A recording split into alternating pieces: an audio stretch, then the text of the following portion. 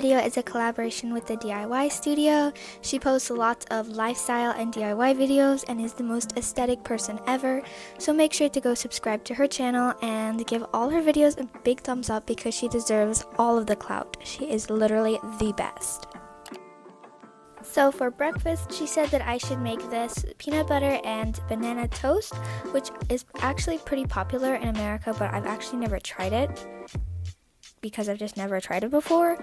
So I was really curious to see how it tasted, and it actually ended up turning out really, really well, and it might be one of my new favorite things to make for breakfast in the mornings.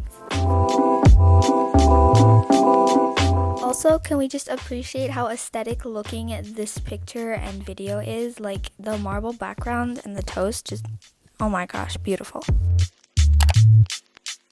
Then for a morning snack, she said to make whipped coffee, but since I don't drink coffee, I got the go-ahead from her to make a vanilla bean frappe, which actually turned out insanely good. I put in a little bit of lemon extract just to give it a little bit more flavor depth, and it tasted amazing.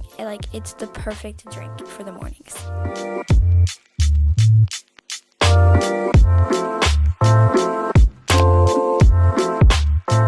It was lunchtime, and for lunch she said I should make a raspberry banana smoothie and some avocado toast. So I started off by making the smoothie first, which was basically just adding in the fruits, some ice, yogurt, milk, honey, and sugar, and then I just blended it all together. It actually tasted surprisingly good considering I was expecting the raspberries to be too tart, but it was like a more sour version of a strawberry banana smoothie, and I'm most certainly going to make one of these again because it was literally so easy.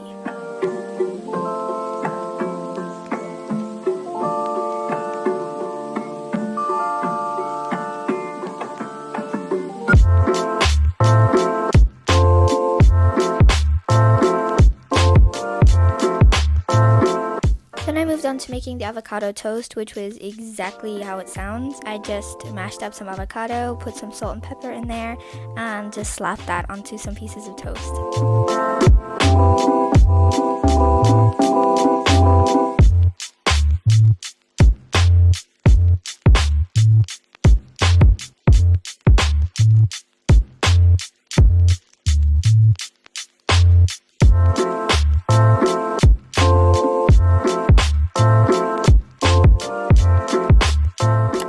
For dinner, she said to have any pasta dish, so I just had some spaghetti.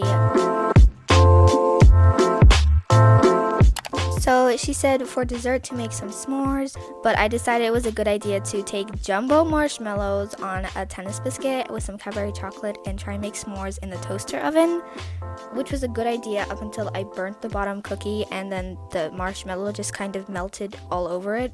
So there was no holding a s'more to eat it. I had to eat it with a fork. You'll see what I mean in a little bit.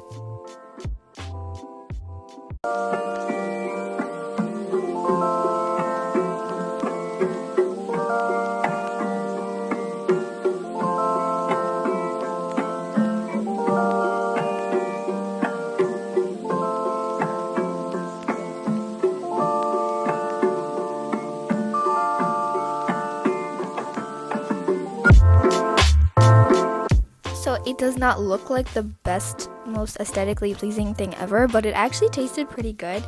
The marshmallow, as you can see, did eat the burned bottom cookie, which was very sad. But all in all, the s'mores were actually really good, and I would totally make this again, just minus the burnt cookie on the bottom.